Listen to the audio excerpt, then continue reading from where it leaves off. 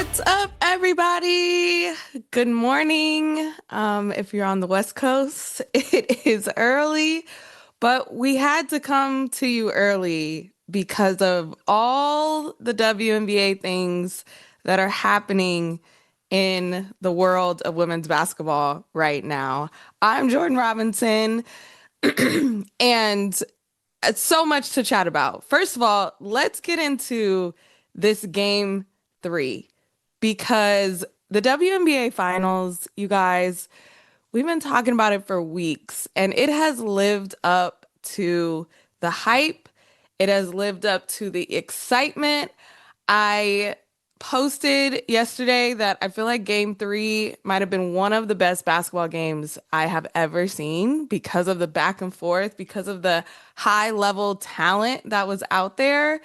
But the Aces were able to steal it on the road, even though they were up big. They were up huge, up 17 going into the fourth quarter. And still, the Phoenix Mercury were able to crawl, scratch, climb back into this game. But so many big performances, so many tidbits to talk about. So let's kind of break it down because, again, as we're looking at these highlights at the game winner right there from the four-time MVP, Asia Wilson, who was just out of her mind, 34 points, 4 points off of the WNBA record in a single game for um, the finals. Angel McCoughtry still holds that.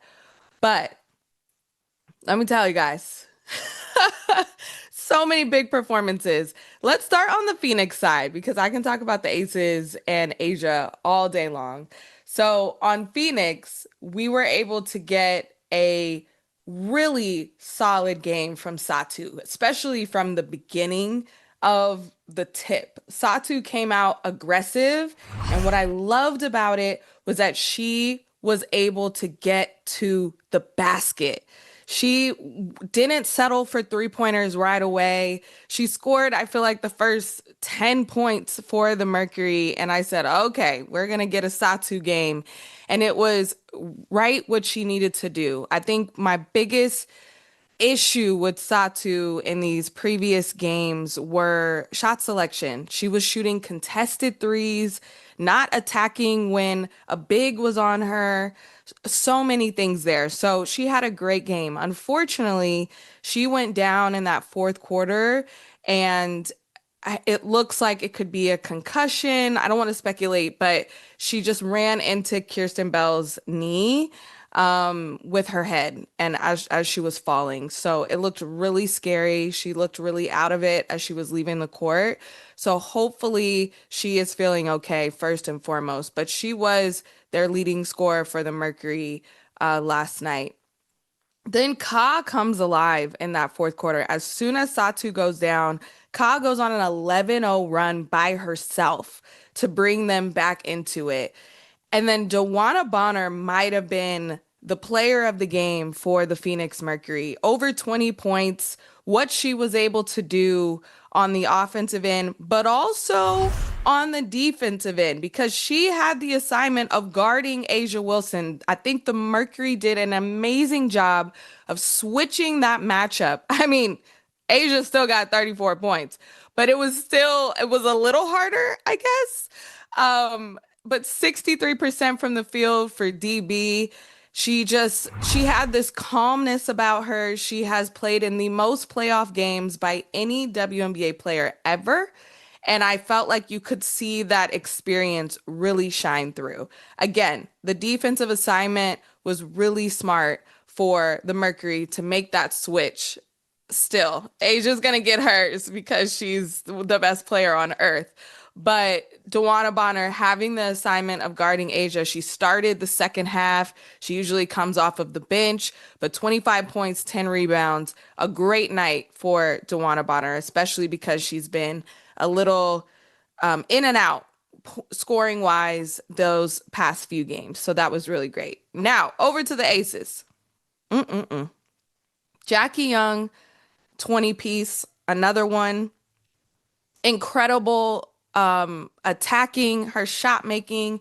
You can just see that her confidence is through the roof. So I love that for J.O. But I want to shout out Jewel Lloyd for having 4 threes in that first quarter. How crazy was that? Like the rim was the ocean. Jewel had an incredible, incredible game to start. She only finished with 16, but I think it was just that start, the fire of her coming in off the bench was really needed and what the Aces needed to build upon. But let's talk about Asia Radiah Wilson because a 34-point double double. She hits the game-winning jumper over a engaged couple. Both Tawana Bonner and Alyssa Thomas are trying to guard her. She still hit the turnaround jumper. This picture, put it in the museum with the 2.2 on the clock and she's 22. Are you kidding me? It is perfection. Perfection. Um, I was yelling at the top of my lungs when this shot went up. She talked about it post game. Becky Hammond didn't even draw up a play. It was get the ball to Asia and win this game. That's what the play was. And Asia was talking about if I can't hit these shots, I'm not doing my job. And that is the type of MVP worthy player that you want on your team. It was a crazy game, you guys. I'm still buzzing from it all these hours later because it was just that good. It was just that good. But here's a reality for Mercury fans. Unfortunately, you're down 3-0. This was a game that you could have come back and pricked from the Aces. This is a completely different day. This is a completely different stream. If the Mercury were able to get that game, and we're talking about a 2-1 series. But 3-0, this is the first 7-game WNBA Finals series. So we have no precedent of teams coming back down 0-3. I mean, if any team could do it, it's this Mercury team. But now you have a question mark over Satu, if she's going to be able to go. And the Aces just look unstoppable right now. They need one more game to win the WNBA championship. And I just think about, and I was thinking about it while I was watching the game yesterday. We did not think the Aces were going to be here a couple months ago. So it is wild that they are now one game away of winning a WNBA championship. They deserve. Becky has been coaching her tail off. The players have been playing at a very high level. It feels like every night somebody is popping off, but Asia has been this constant of what they need. So 3-0, game 4 is tomorrow. The Mercury, they have nothing to lose. They need to throw everything but the kitchen sink to try to slow down Asia Wilson. Good luck. Good luck. Okay, we have some other topics that we need to get to today. Now that we are inching towards the end of the season for the WNBA. If you guys are in the chat and you have questions for me, that can be about your favorite team, your favorite player, off-season moves, finals. Put it in the chat, and we have a section at the end called Ask Jordan. So we'll go through all of your questions, okay? But starting with players on the move. So I have talked about it before, but just to reiterate that this offseason is going to be the wildest offseason probably in WNBA history. 90% of players are free agents. Might even be 98% of players are free agents. The other percentage are rookies, still on their rookie contract, or the 2 players that are not rookies and that are signed through next year. That's Lexi Brown and Kalani Brown, no relation. but they are the only players that are on guaranteed contracts beyond this season outside of rookies. Everyone else is a free agent. So, yes, I think there's two ways that we can think about this. One way is that it's going to be a bunch of mix up. Everybody is going, this is based off of the CBA negotiations. Players did this on purpose because they knew that they are going to opt out and they're going to ask for more money. So they didn't want to be in a contract that would limit them from getting the most amount of money based off of these potential new CBA negotiations, which we'll talk about that a little bit later. So there's one way that this could happen is that everyone is moving around, so much movement that superstars are changing teams and we're going to get super teams and people are going to be out on Rival, chatting it up. Where should we go? Where should we make moves to?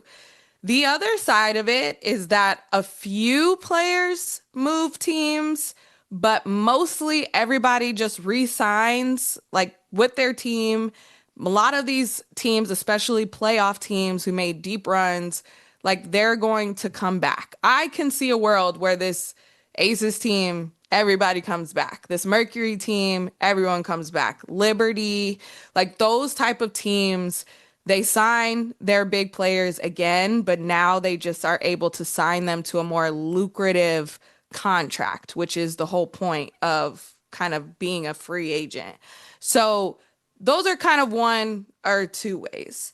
But one player that I did want to focus on here that when we think about on the move, that when we think about news that might shatter the internet if this player moves, and that is Angel Reese. Angel Reese is a player who is still on her rookie contract, so she's a part of that very small percentage, excuse me, of players that aren't free agents. But we have had a front row seat to this Chicago Sky downfall of this front office. I think this is a team that we're going to talk about in the next section that needs to rebuild for sure. And we have to think about it rebuilding without Angel Reese potentially.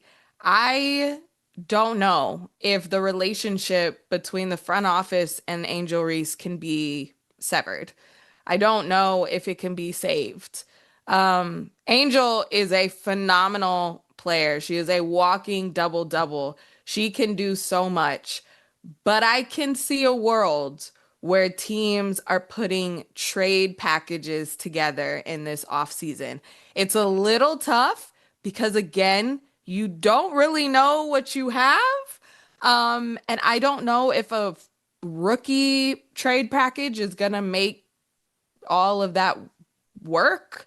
But I can see a world where Chicago is saying, yeah, we want to hear some offers because we are on this understanding that we can't save this relationship and we want to make sure that everybody's excited to be here.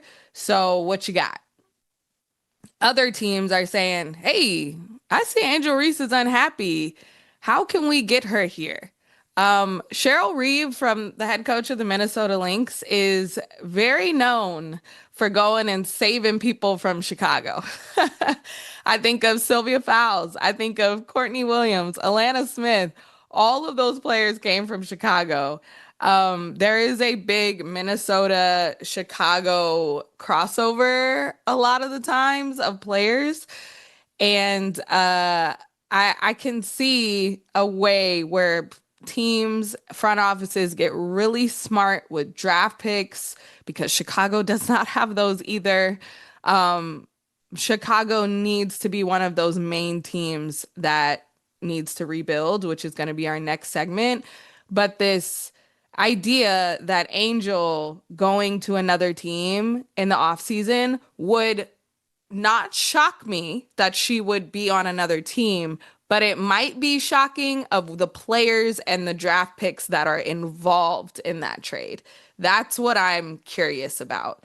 But again, huge percentage of free agents, a lot of players that are going to be on the move. So it is going to be a great offseason. I know the finals potentially could be over tomorrow. The season could be over tomorrow, but there is going to be a lot of things to talk about during this offseason, probably more than ever. So make sure you guys are tuned in and locked in for that.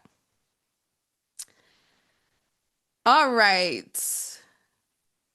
Let's see. Just popping over to the chat before we go to teams.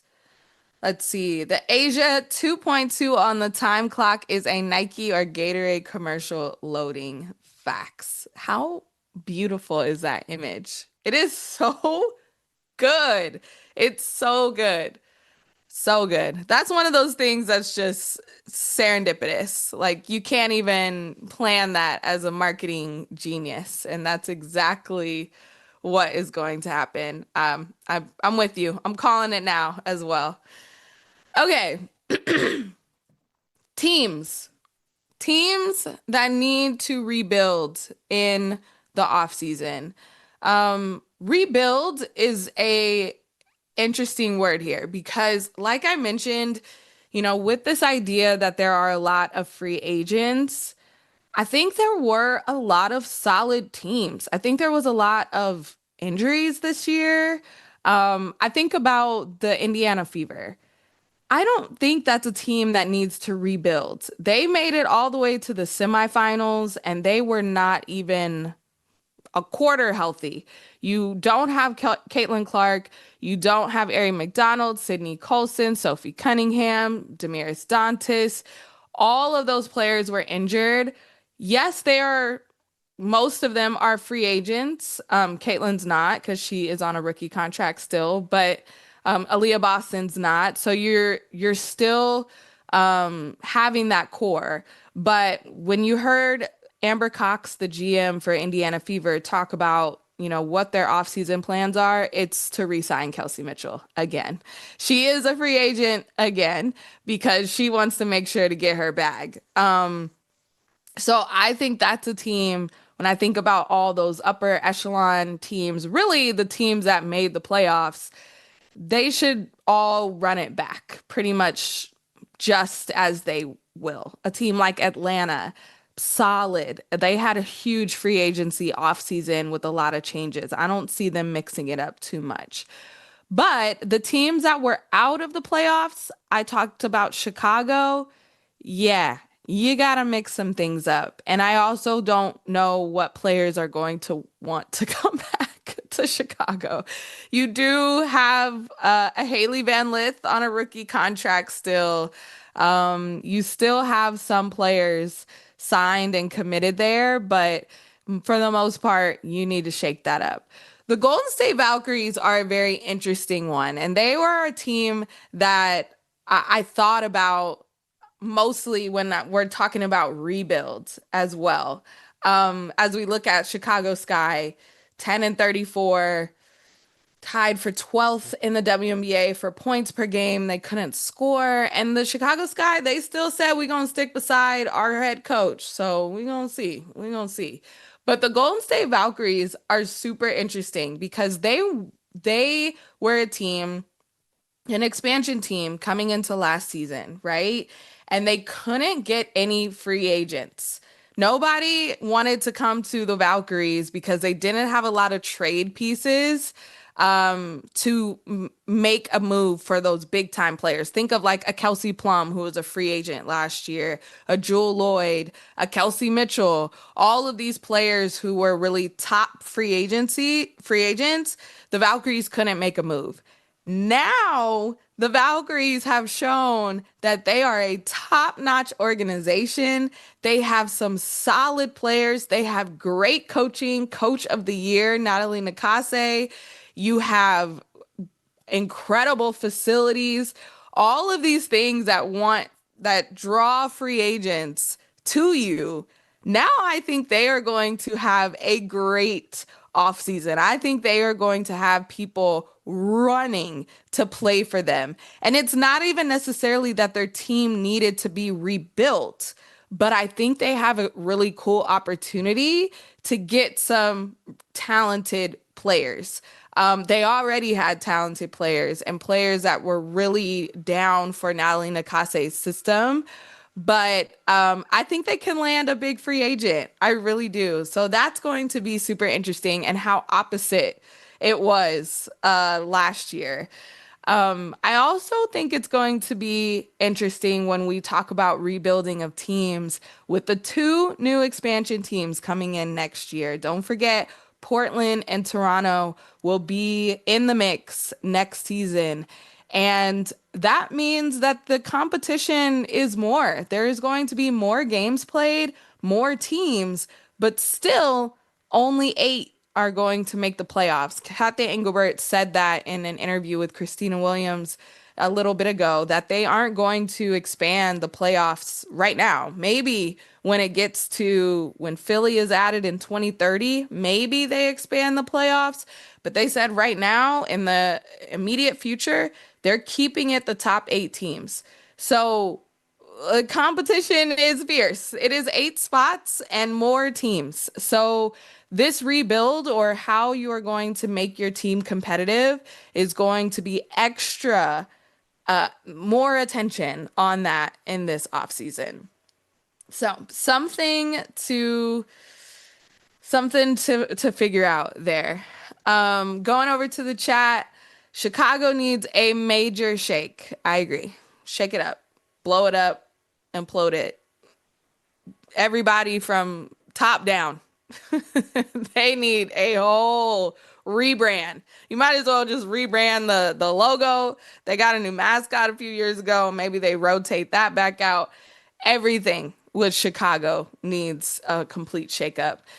Atlanta got some internal issues they need to handle closing games. I agree. That was a huge piece with Atlanta. I mean, so many games in the clutch that they came up short. It was almost concerning how many close games. But I know that that's at a player level too. I think Ryan Howard is only going to get better. I think her shot selection at the end of games were a little tough for me. A little tough. Mike says Dallas. Okay, Dallas. They already started shaking things up with getting rid of their head coach, Chris Koklanis, which that was the right move. That was the right move. I know Dallas Wings fans are happy, and I know Dallas players are happy. Dallas is a very, very interesting team. I just saw a report yesterday that they are pursuing Sandy Brondello hard for that head coaching job. They want a coach with head coaching experience, which, yeah, that should be on your list of things that you want. I guess that wasn't on the list last year. Paige Beckers is a superstar, and they need a coach. They need a team around her. Arike needs some help. I think we did not see the best of Arike this season, and we need a coach, a system that can still get the best out of her. But yeah, Dallas is one of those teams that needs that shakeup for sure. For sure. We'll be looking out for that.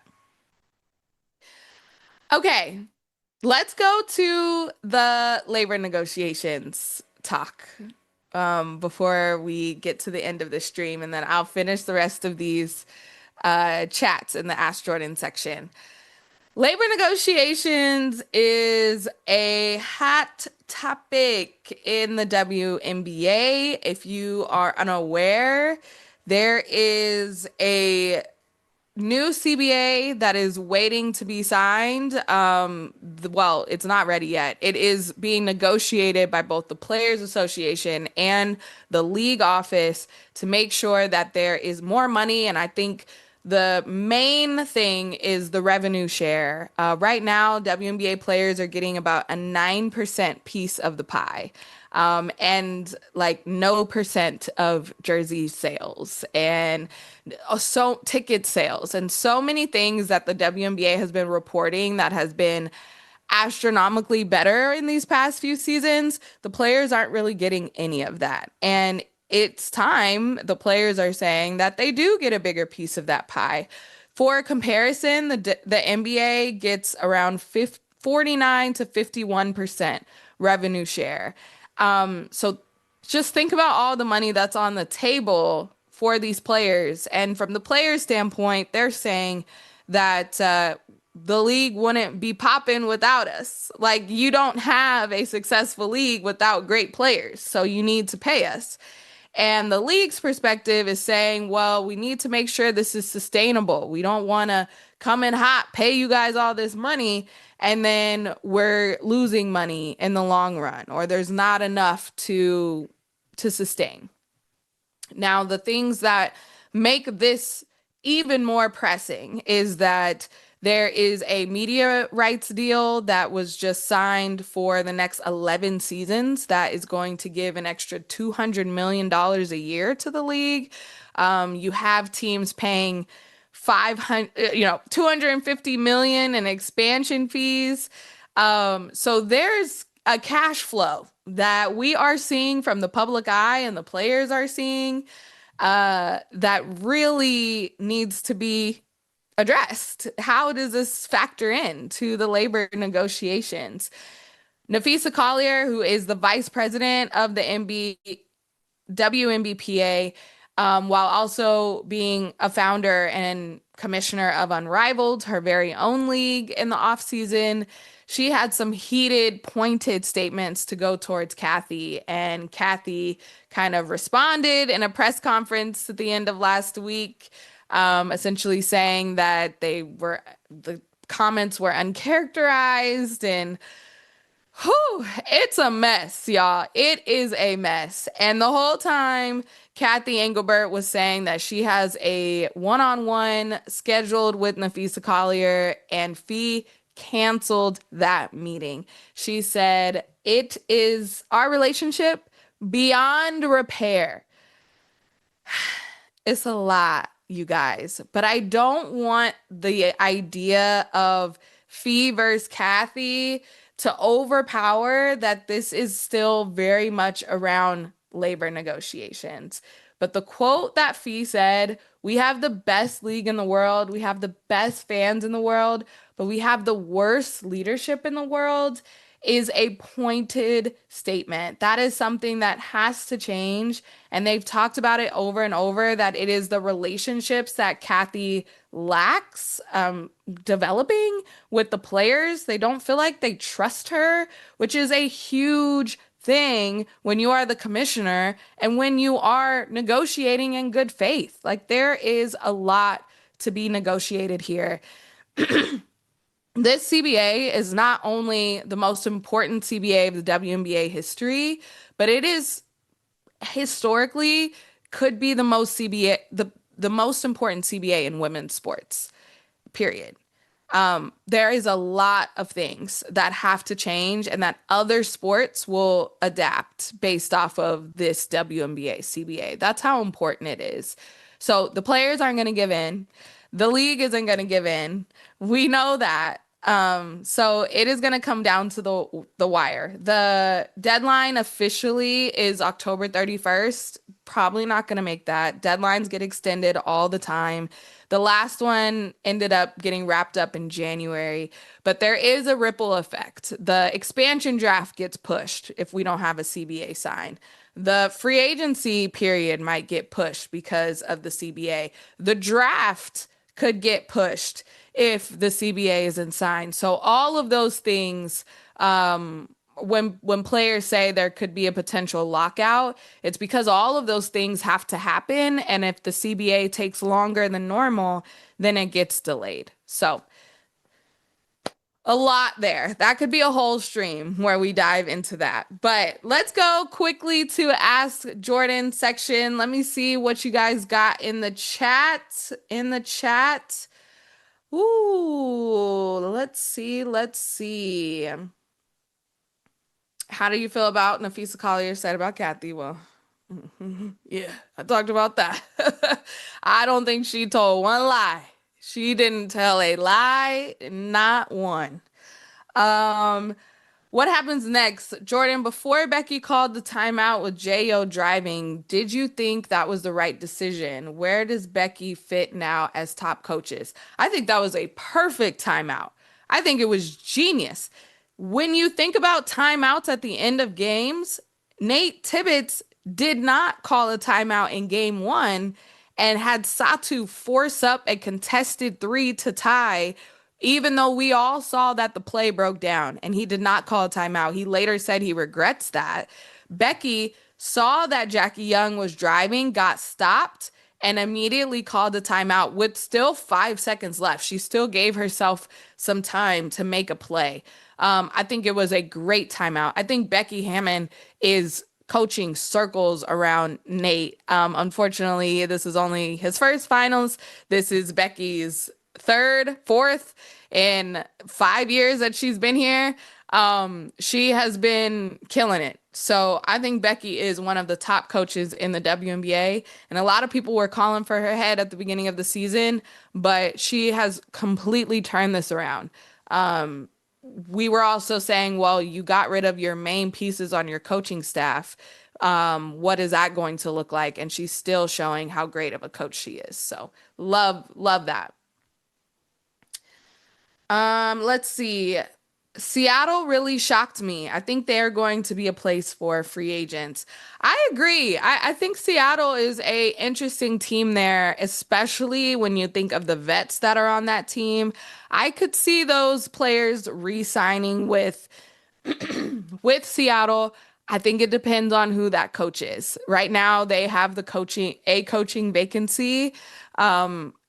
Whoever they bring in is really important, really crucial to make sure you're getting still the best years from Nneka Ogwumike, Skylar Diggins, Gabby Williams. I think they have a really great core, but that was one of those teams where it's like, all right, coaching, yeah, we got to see someone else in there.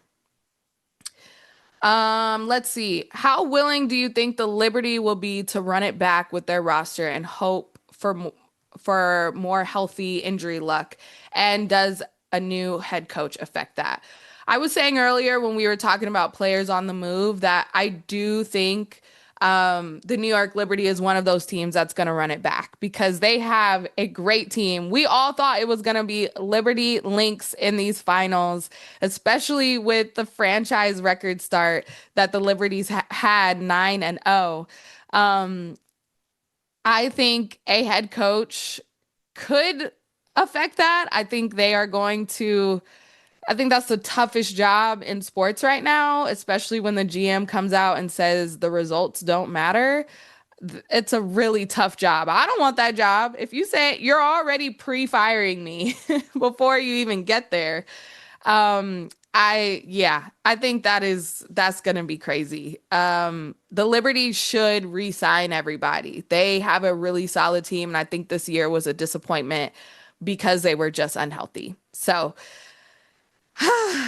it's going to be a great offseason, you guys. But first, we got to finish these finals. This finals has been great. This season has been great. Looking ahead to next season doesn't even feel real because we're not even done with this one. But game four is tomorrow. We could be talking next week, and the Aces are the WNBA champions. Or did Phoenix kind of make a comeback and try to extend this series? Either way, it's been fun. Thank you guys so much for hanging out with me this morning, and I'll see you guys again soon.